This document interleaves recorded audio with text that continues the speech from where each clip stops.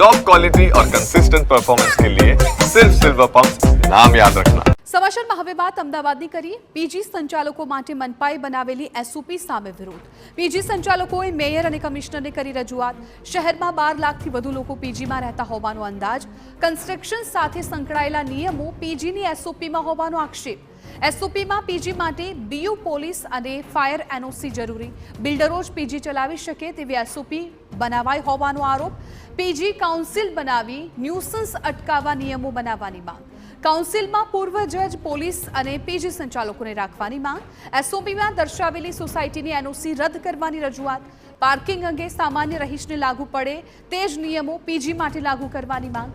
નવા નિયમો લાગુ પડે તો મોટાભાગના પીજી બંધ થવાનો સંચાલકોમાં ભય છે।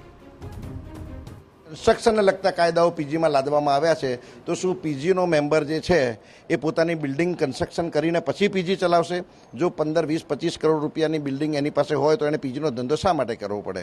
બીજું, આવા પીજીમાં રહેનારા માણસો મુખ્યત્વે મધ્યમ વર્ગના અને અત્યંત ગરીબ લોકો છે જે 6 થી 7 હજાર રૂપિયામાં પીજીમાં રહીને ખાવા પીવા સાથે પોતાનું ગુજરાન ચલાવે છે। જો એ લોકોને અહીંથી ધક્કો મારીને આવા હાઈફાઈ પીજીની અંદર રાખવામાં આવશે તો એ લોકોએ અહીંથી કાઢી નાખશો તો એ લોકોને આવા 15 થી 20 હજારના બિલ્ડરોના પીજીઓમાં કે રોકાણકારોના પીજીઓમાં જવું પડશે।